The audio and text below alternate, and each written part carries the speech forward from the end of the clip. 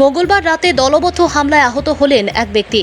শিলচর তরুণী রোডে সংঘটিত হয়েছে ঘটনাটি। জানা যায়, মঙ্গলবার রাতে তিনি তরুণী রোডের এক বাড়িতে গিয়েছিলেন। আলিমউদ্দিন বরভূঁইয়া নামে এক ব্যক্তি।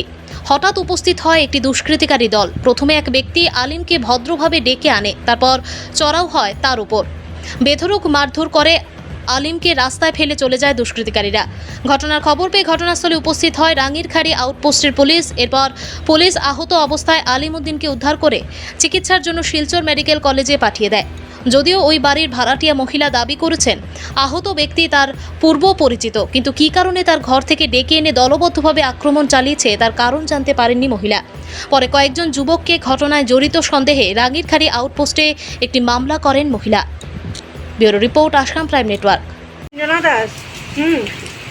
আমি আমার ফ্যামিলিরে লইয়া থাকতাম রাঙ্গাখাড়ি তরুণী রোড বাড়া। সুমন দাস আমার হলো ছোটো ভাই। সুমন দাস, লক্ষ্মীমণি চাষা, বাবলি দাস, বন্দনা দাস, আর একটা ছেলে আছে, এই ছেলেটার নাম আমি জানি না। তারা উপরে আমার সন্দেহ। মানে কয়েকদিন আগে আমার লোক ঝগড়া করছে, ওই সময় প্রতিবাদের সময় মনি দেয় আটকাইছুন। আলিমউদ্দিন বড় ভাইয়া আটকাইছুন আমারে। কইসুন কিতা না তাইরে কিতালি তোমরা মারধর করিয়া করতে জিনিস আইয়া নিতা। আমি আছি তাইর পিছে, তাই আমার মেল্লা খান আমি আছি তাইর পিছে। ওই কারণে আজকে তারা খিস পিটাইছে। আমি তো জানি না তারা যে কিসা করেননি কিতা করেনি আমি জানি না।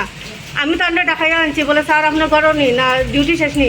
তাই বুঝে হয় আমার ডিউটি শেষ। মানুষ কারে ডাকাই আনছেন আর কারে মারপিট করবেন? আলিমউদ্দিন বড় ভাইয়া রে। তার বাসা কোন জায়গা? তার বাসা আমার জানা মতন আতাল বস্তি। আতাল বস্তি। কোনোদিন তার বাসাতে আমি গেছি না। আমার আপনার লগে পরিচয় কিরম তার? আমার তার লগে পরিচয় শুক্তারা এনজিওর মধ্যে পরিচয়। আমরা একসঙ্গে কাজ করি, সমাজসেবার কাজ করি শুক্তারা এনজিও।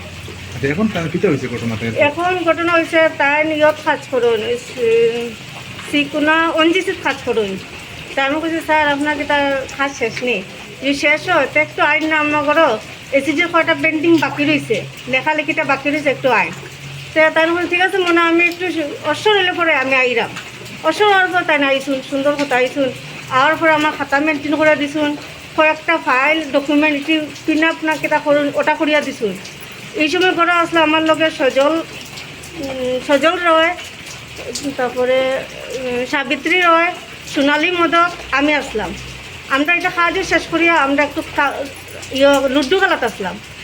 এই সময় আমার ঘর মালিকের বড় দাদা আইয়া ডাক্তার এসে বলে দাদা একটু আইন না শুনুন না।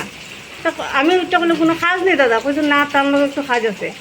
তে তান্ডে নিজে নামায় যাওয়ার পরে দেখা যায় কয়েকজন মানুষে বেরিয়ে লিখুন তান্ডে মারিয়া আজারি মারা শুরু করছেন গেটের সামনে।